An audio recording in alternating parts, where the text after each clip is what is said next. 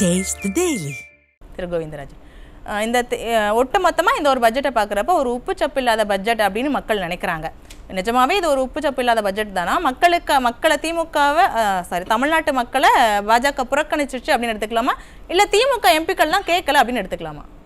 இந்த பட்ஜெட்டை பார்க்குறப்ப இது வந்து ஸ்வீட் கோட்டட் டேப்லெட், அதாவது ஒரு மாத்திரையில் ஸ்வீட் கோட்டட் டேப்லெட் அப்படின்ற மாதிரி மக்களை ஏமாற்றுவதற்காக அந்த குறிப்பிட்டு சொல்லணும்னா அந்த டாக்ஸஸ், இன்கம் டேக்ஸ், அந்த வருமான வரி வந்து அது அதாவது ஒரு காணல் நீர் போல இருக்கிறது. அதாவது 12 லட்ச ரூபா வரைக்கும் வரி இல்லைன்றாங்க.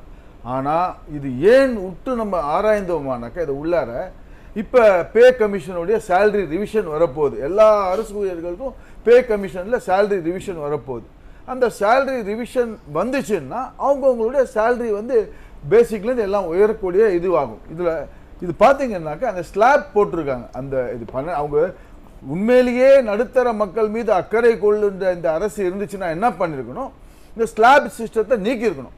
இப்போ அவங்க என்ன போட்டிருக்கிறாங்க, 12 லட்சம் ரூபா வரைக்கும் வருமான வரி இல்லைன்னு போட்டிருக்காங்க. ஆனால் 12 லட்சத்துக்கு ₹1 இல்லை 12 லட்சத்துக்கு மேலே இனி எவ்வளோ போட்டாலும் ஸ்லாப் போடுறாங்க.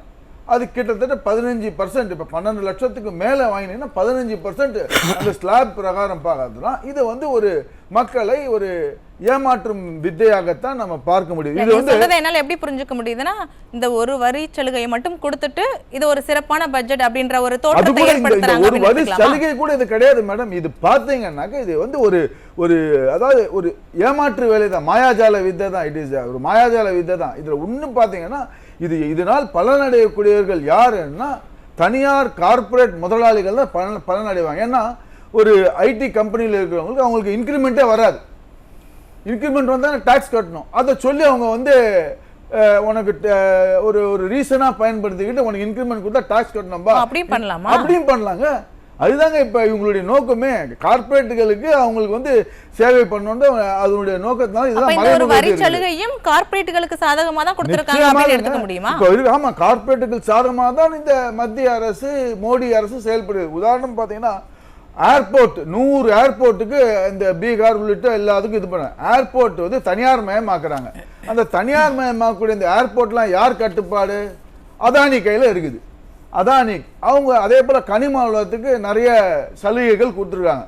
கனிம வளம் யார் கையில் இருக்குது? அதானி கையில் இருக்குது. இதே ஒன்னொன்னு நம்ம போய் பார்த்தோம்னா கார்பரேட் நிறுவனங்களுக்கு தான் இந்த பட்ஜெட் சாதகமாக இருக்கிறதே ஒழிய ஏழை எளிய மக்களுக்கும் நடுத்தர மக்களுக்கும் இது சாதகமாக இல்லை. இவங்க சொல்றாங்க ஒரு மாயாஜால வித்தா காட்டி உங்க வருமான வரி சலுகை கொடுத்துருக்க சேவிங்ஸ் அதிகமாகும். ஒரு சேவிங்ஸ் அதிகமாச்சுன்னா ஒரு வீடு கட்டுறதுக்கு போவாங்க நடுத்தர மக்கள். ஆனால் வீட்டில் இருக்கக்கூடிய ஜிஎஸ்டி, வீடு கட்டக்கூடிய சிமெண்ட்டு, ஜல்லி, இரும்பு கம்மி, அந்த ஜிஎஸ்டியையும் குறைக்க வேண்டியது தானே. அதில் எந்த விதமான மாற்றமும் செய்யவில்லையே இந்த அரசு. ஜிஎஸ்டியை பற்றி எதுவுமே கிடையாது. அத்தியாவசிய, அதாவது நாள்தோறும் எழுந்தவுடன் பல் தேய்க்கிறதுலேருந்து நைட்டு குளிக்கிற இது படுக்கிற வரைக்கும் இது கூட அனைத்து அத்தியாவசிய பொருளும் ஜிஎஸ்டி போடுறாங்க. எல்லாத்துலேயும் ஜிஎஸ்டி. அந்த ஜிஎஸ்டி அதில் வந்து கம்மி பண்ண வேண்டியது தானே இந்த மத்திய அரசு. எங்க ஒரு பாலில் வந்து அவங்க என்ன சொல்கிறாங்க, அதிலே டிஸ்கிரிமினேஷன் பண்ணுறாங்க. பாலில் வந்து அதாவது பாக்கெட்டில் இருக்கக்கூடிய பாலுக்கு ஜிஎஸ்டி வரின்றாங்க, பாக்கெட் இல்லாத இருக்கிற பாலுக்கு வந்து வரி இல்லைன்னா.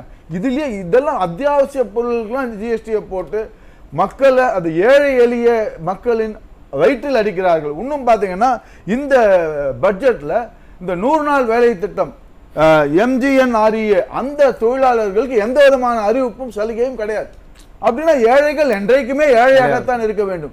பணக்காரர்களுக்கு தான் இது வந்து அவங்களுக்கு தான் இந்த பட்ஜெட் வந்து சாதகமாக இருக்கிறது. அதே போல சொன்ன மாதிரி ஏழைகளா இருக்கணும் அப்படின்றீங்க.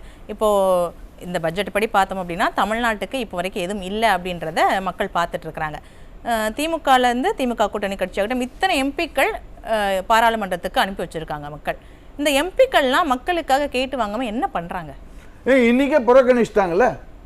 இன்னைக்கே வந்து நாடாளுமன்றத்தை விட்டு வெளிநடப்பு செய்யறது தான் ஒரு எதிர்ப்பா? அவங்கள பொறுத்தவரைக்கும் எதிர்கட்சிகள் புறக்கணிச்சிட்டாங்க. ஆக்சுவலா பார்க்க போனீங்கன்னாக்க திமுகவும் பாஜகவும் கள்ள கூட்டணியில் இருக்கிறது. மக்களின் மீது அக்கறை கிடையாது. இரண்டு கட்சிக்குமே மக்களின் மீது அக்கறை கிடையாது. பாஜகவும் சரி திமுகவும் சரி அவங்க எல்லாம் வந்து இறுகிய நண்பர்கள், கள்ள கூட்டணி தான். ஒருத்தர் மேல ஒருத்தர் குற்றம் சாட்டிக்கிறாங்களே. மாத்தி மாத்தி குற்றம் என்ன திட்டம் எது கேட்டாலும் மத்திய அரசு கொடுக்கல அப்படின்னு மாநில அரசு சொல்றாங்க, மாநில அரசு கேட்கல அப்படின்னு மத்திய அரசு சொல்றாங்க. இது வந்து நான் திட்டுற மாதிரி திட்டுற, நீ அடிக்கிற மாதிரி அடின்னு ஒரு இது சொல்லுவாங்க. அது போலதான் எல்லாம் செயல்பாடுல இருந்துட்டு இருக்குது.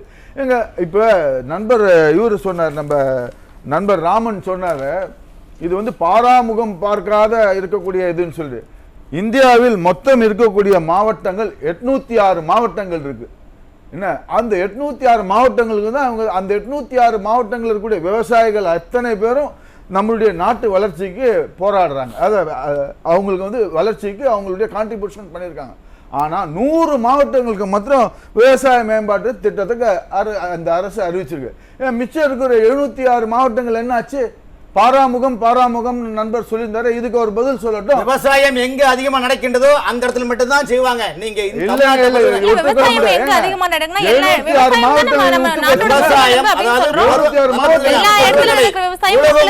பருவநிலை மாறுகின்றது. உலகம் முழுவதும் பருவநிலை மாற்றம்.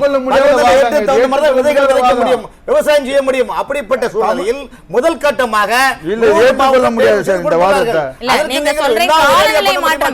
மாற்றத்துக்கு தகுந்த மாதிரி நம்ம தகவல் முதல் கட்டமாக 100 மாவட்டத்தை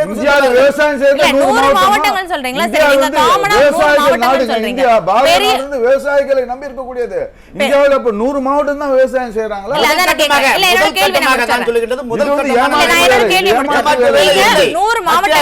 பாஜக அரசுக்கு ஏமாற்ற வேண்டும் என்ற எண்ணம் காங்கிரஸ் கட்சியை போல் உள்ள கிட்டத்தட்ட இந்தியாவில் கிட்டத்தட்ட இந்தியாவில் 800 மாவட்டங்கள் இருக்கு. 100 மாவட்டம் மட்டும் சொன்னீங்க அப்படின்னா பெரிய மாநிலங்கள்ல இருந்து சில மாவட்டங்கள் அதிகமா வர்றதுக்கு வாய்ப்பு இருக்கு. அப்ப சிறிய மாநிலங்கள்ல இருக்கிற 1-2 மாவட்டங்கள்ல வரும். அந்த விவசாயிகள் என்ன நினைப்பாங்க? நம்மள மத்திய அரசு புறக்கணிச்சிட்டாங்க அப்படின்னு நினைக்க மாட்டாங்களா? ஒருபோதும் இல்லை. விவசாயிகள் டிஸ்கஸ் பண்ணி அதை பிரிச்சு எந்த மாவட்டம் அதிகமா கொடுப்பாங்க நிப்பாங்க. இது பாரபட்சம் பார்க்கிறது. பாரபட்சமே இல்லை.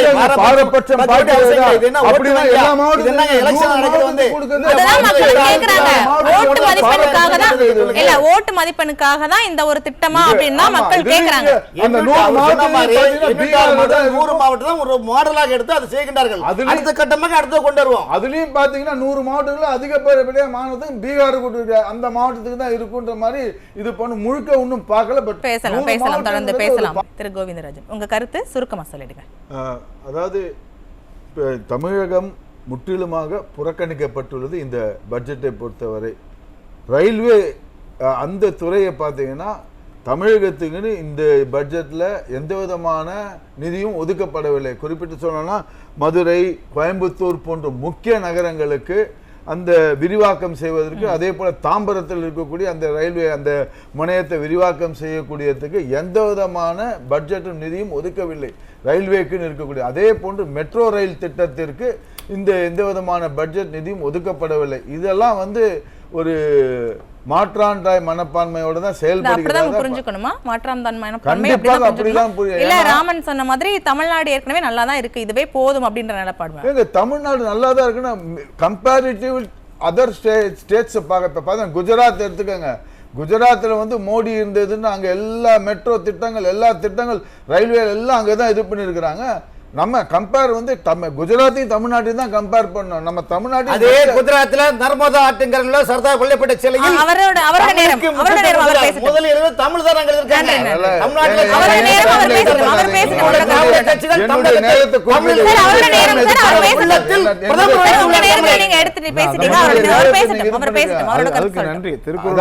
தமிழகத்துக்கு முக்கியத்துவம் கொடுக்கலங்க, அது கொடுக்கணும்.